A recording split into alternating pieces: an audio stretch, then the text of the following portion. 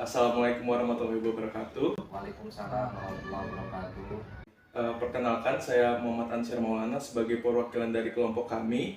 Sebelumnya saya akan memperkenalkan kelompok kami terlebih dahulu, mulai dari yang sebelah kiri saya dulu. Silakan. Perkenalkan, nama saya Landi Pramantana Edrian Susilo. Nama saya Farid Karibafi. Yang di bawah saya. Nama saya Dea Rena. Nama saya Amara Sakti. Ya, Oke, baik Bapak. Maksud dan tujuan kami ke sini bermaksud untuk mewawancarai Bapak karena kami dari mahasiswa semester 4 ini ada tugas kemuhammadiyaan yang tugasnya tersebut melakukan wawancara terhadap salah satu tokoh Muhammadiyah.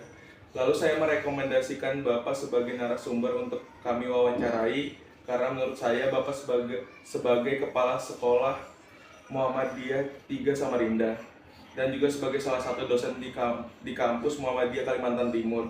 Mungkin kalau Bapak ingat, kami adalah salah satu mahasiswa Bapak di semester 3 lalu yang Bapak ajar ketika itu Islam dan Iptek. Baik, saya mulai saja. Mungkin bisa diperkenalkan dulu nama Bapaknya. Assalamualaikum warahmatullahi wabarakatuh. Perkenalkan, nama saya Ansor. Tertulis di akte kelahiranku Ansor, cuma di Muhammadiyah itu dikenal dengan Ansor. Kemudian saya di sini sebagai kepala sekolah mulai tahun 2020.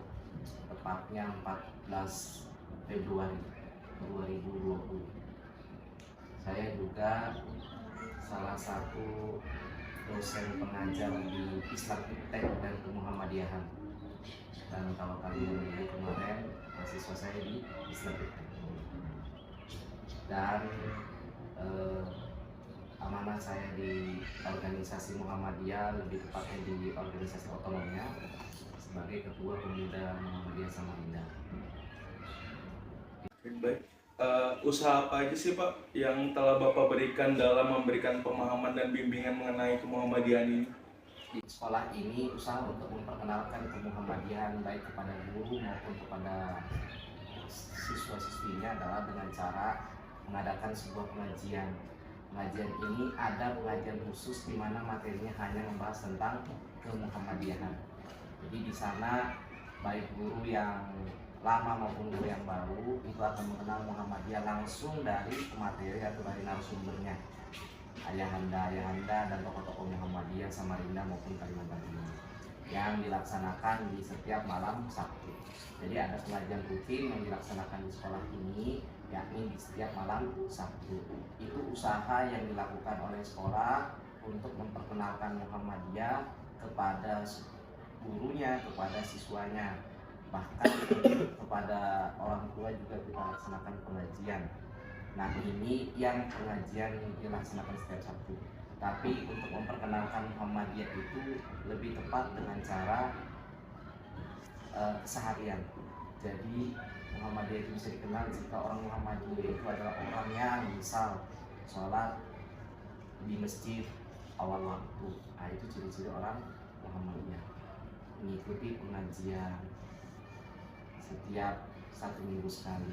Nah, itu budaya yang dibangun oleh orang-orang Muhammadiyah yang bisa secara langsung dikenalkan kepada orang lain.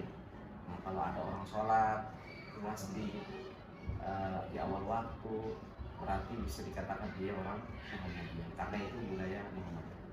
Begitu. Nah, selanjutnya apa yang Bapak harapkan tentang pendidikan kemuhammadiyahan ini? Yang saya harapkan dari pendidikan kemuhammadiyahan ini, orang-orang khususnya guru, siswa, orang tua memahami Muhammadiyah itu seperti apa. Muhammadiyah itu adalah organisasi pergerakan yang tujuan utamanya adalah mewujudkan masyarakat Islam yang sebenar-benarnya. Masyarakat Islam yang sebenar-benarnya itu bisa terwujud dari individu, keluarga, sampai ke masyarakat dengan cara mencontoh keseharian ibadah dari Muhammad SAW. Selanjutnya, menurut Bapak, apa arti secara singkat dari pendidikan kemuhammadiyaan yang selaras dan sistematis untuk membantu anak didik Bapak dan mahasiswa supaya hidup dengan ajaran agama Islam? Pendidikan kemuhammadiyaan adalah pendidikan yang mengenalkan bagaimana Rasulullah itu hidup dalam bermasyarakat, dalam berorganisasi, kalau bahasa kita sekarang berkumpul, mewujudkan satu tujuan yang mulia, yakni menjadi rahmat bagi semesta alam. Jadi di Muhammadiyah itu pendidikan kemuhammadiyahan itu mengenalkan secara langsung tentang Muhammadiyah, bagaimana sistemnya, apa-apa saja yang dilakukan oleh organisasi Muhammadiyah itu sendiri. Selanjutnya, bagaimana cara Bapak mempertahankan kualitas dan kuantitas pendidikan kemuhammadiyahan di era modern sekarang ini? Yang kita tahu nih kan banyak mahasiswa-mahasiswa yang kadang tuh lalai dalam sholat dan kegiatan-kegiatan agama. Cara kita mempertahankan kemuhammadiyahan kita di saat era globalisasi ini yaitu dengan mengikuti sistem-sistem yang saat ini sedang digandrungi oleh masyarakat. Bisa jadi kita mengikuti kegiatan-kegiatan kemuhammadiyahan dengan digitalisasi. Jadi pengajian itu tidak mesti hanya langsung, tapi juga bisa dengan media sosial. Nah, media sosial ini adalah hal yang paling mudah untuk dicapai oleh masyarakat, terutama anak muda. Jadi kalau kita mengenalkan Muhammadiyah itu tidak mesti hanya di masjid, bisa juga melalui konten-konten kreatif saat ini. Nah, jadi kita bisa menggunakan aplikasi YouTube, bisa menggunakan aplikasi TikTok untuk memperkenalkan kemuhammadiyahan itu sendiri. Bagaimana cara sekolah yang Bapak naungi ini bisa menjadi peserta didiknya berprestasi? Karena yang kita tahu kan banyak tadi tuh kita pas sebelum masuk tuh banyak juara-juaranya. Ya. Cara sekolah meningkatkan prestasi melalui siswanya adalah dengan menguatkan ekstrakurikuler yang ada di sekolah. Kita kembangkan ekstrakurikulernya, kemudian ketika ada lomba, anak-anak yang mengikuti ekstrakurikuler inilah yang akan kita turunkan.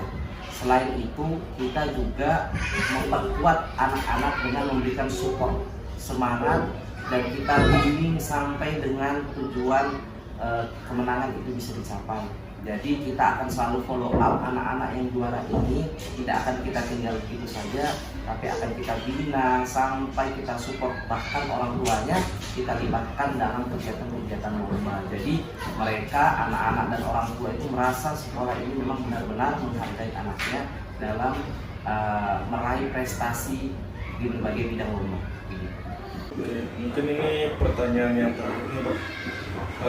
Bapak punya rencana nggak sih, Pak, nanti di bulan puasa dengan peserta didik Bapak kita menyambut ini bulan Ramadan? Kita sudah punya agenda atau kita sudah merapatkan kegiatan kita sebelum, pada saat, dan setelah Ramadan. Alhamdulillah kita akan melaksanakan pesantren Ramadan khusus guru-guru, kemudian kita melaksanakan pesantren Ramadan khusus siswa, dan nanti diakhiri dengan malam bina iman dan takwa di sekolah. Jadi anak-anak guru itu akan menginap di sekolah untuk meningkatkan iman dan takwa di saat bulan suci Ramadan. Jadi kita sudah memprogramkan itu jauh-jauh hari sebelum Ramadan. Gitu. Mungkin dari teman-teman lain ada yang mau ditanyakan ke Bapaknya?